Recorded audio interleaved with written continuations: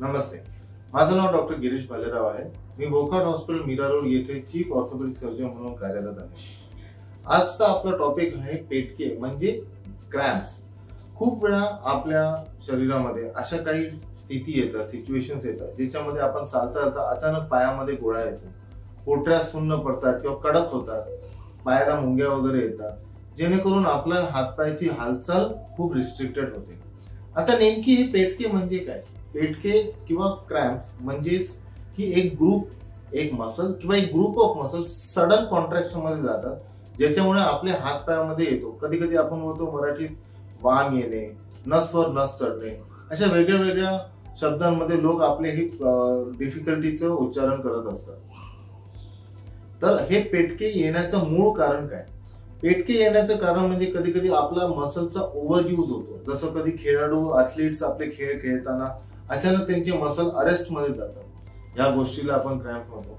बहुतेकदा डिहायड्रेशनमुळे जेव्हा काही अशा तुम्ही सिच्युएशन मध्ये काम करता ज्याच्यामध्ये तुमचा खूप पसिना निघतोय, खूप तुम्हाला कामकाजामध्ये स्वेटिंग होते, ज्यामुळे तुमच्या शरीरातले जे खनिज असतात त्या खनिजांची कमी होते, शरीरात पाण्याची पण कमतरता होते.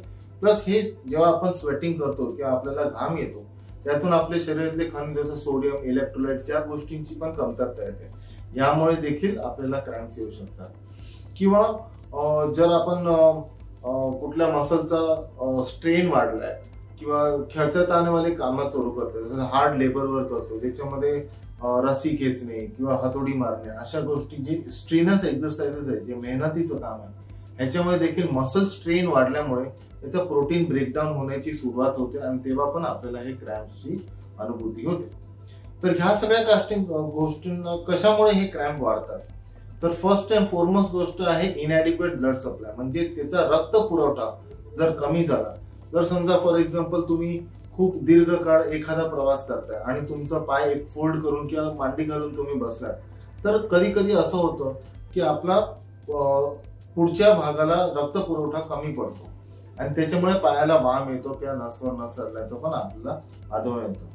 दुसरी गोष्ट आहे नर्व कम्प्रेशन, म्हणजे जसं समजा तुम्ही पूजेला बसला असाल किंवा अशा काही पोझिशन धारण करून बसला असाल ज्याच्यामध्ये तुमची बायोमेकॅनिकल ऍक्सेस डिव्हिएट होते आणि रक्त पुरवठा सगळं त्या नसवरती पण दाब येते. कधी कधी ही गोष्ट झोपेतही होते. काही लोकांना झोपेमध्ये वाम येतो, नसवर नस चढते, क्रॅम्प्स येतात.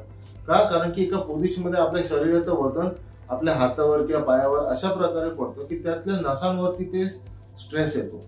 नसांवरती प्रेशर आल्यामुळे त्यांची जी कंडक्शन आहे, ज्याला आपण नर्व कंडक्शन असं म्हणतो, त्या नर्व कंडक्शन मध्ये अडथळे येतात आणि त्यामुळे देखील क्रॅम्प्सची अनुभूती होते.